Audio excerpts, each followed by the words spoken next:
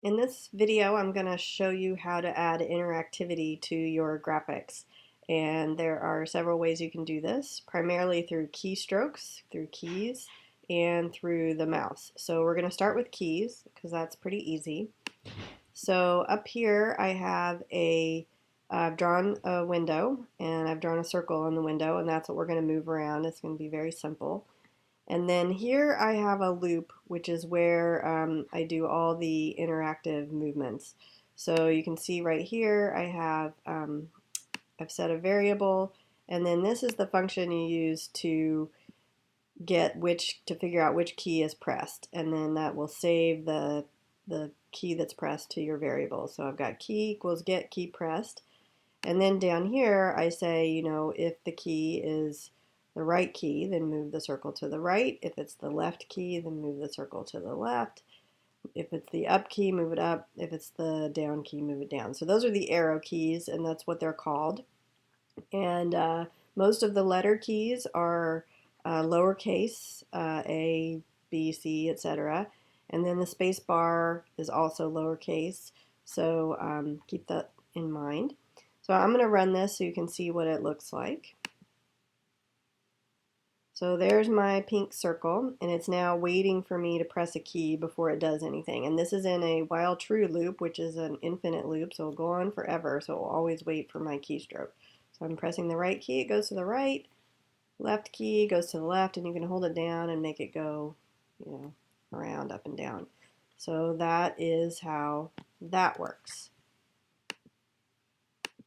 Okay, so now let's look at the mouse options. And there are a couple of different mouse functions, and they do things slightly differently. The two that I'm going to talk about are the Get Mouse Now and then the Get Mouse. And the difference between these two is the Get Mouse Now will get where the cursor is. So you can see my cursor moving around here, and what the program will do is get where your cursor is. You don't have to click, you don't have to do anything. It's just going to get the cursor. And what the thing that is returned, the values that you get out of this function are XY coordinates of where that mouse is located. So that means you can move things to that coordinate. You can also draw things to those coordinates, which I'll show you in a minute. So let me run this and you can see what this looks like. So you can see that my circle is basically following my mouse around. So this is a good way you could create a game where your object follows your mouse around. So that's one thing you can do. So let's look at the difference between that, and we'll uncomment this one and comment this one, and we're going to put a wait in here. So in this case, it's going to wait until I click the mouse button, and then it will move the circle to where I click.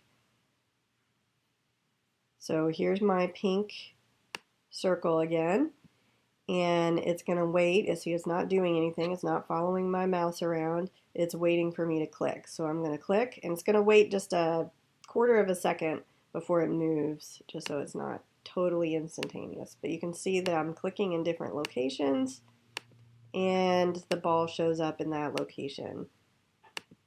So that is the Get Mouse. Okay, so now I have a structure here where we're going to click, get an XY coordinate, and instead of moving an existing graphic around, it's going to create one at that location. So, and then it's going to fill it with a random color. So let's run that.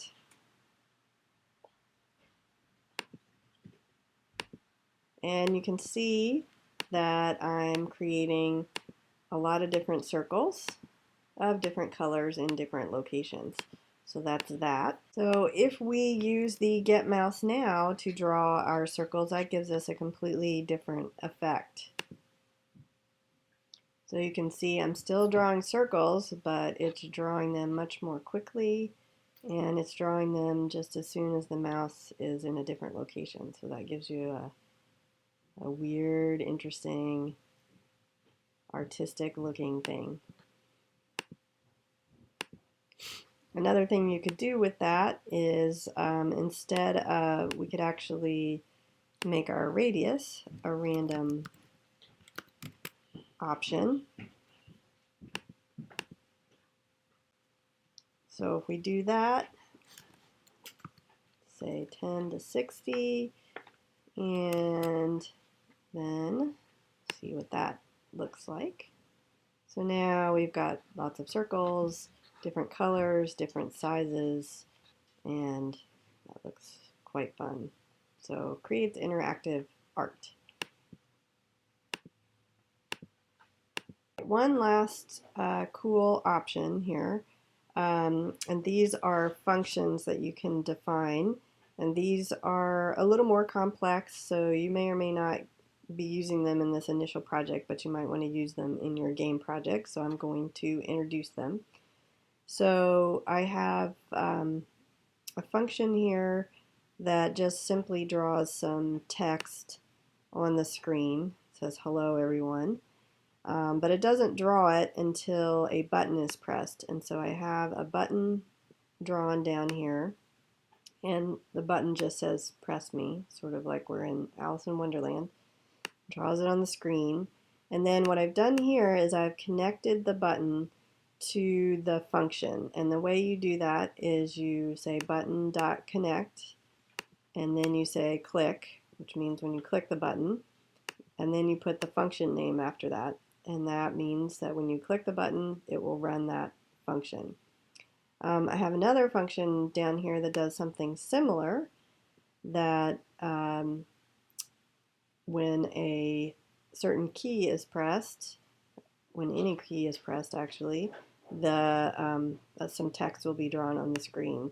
So very similar to our button function, and you'll notice that these take 2 arguments, and in this case you've got an object and an event. You don't have to worry about that too much because you're just going to type it just like this on line 43. And then in the key function we have a window and we have an event, and you don't have to worry about that too much as long as you write your function like this. So we're going to run it and see what happens. Alright, so you can see we have our circle, we have our button that says press me. When I press the button it says hello everyone. And now I'm going to press a key, and when I press the key it says a key is pressed, and it keeps writing a key is pressed in the same location every time, so it looks a little weird. Same with the button being pressed. So those are 2 sort of advanced interactive features that you might want to try. And now one last function, I'm going to comment this out. So this, I just wanted to show you the pin function. So what this does is it uses the get mouse now, and it allows you to move your circle around the screen, and then it draws a line behind your circle. And in this case it actually changes the color as it draws. So let's demonstrate that. You can see I've left my button and my circle on the screen, and now I have this little bitty circle that's serving as my pin, and the color is changing as it draws. So you have basically created a little etch-a-sketchy kind of thing with our pin. So that is basically it on interactivity, all the various things that you can try out.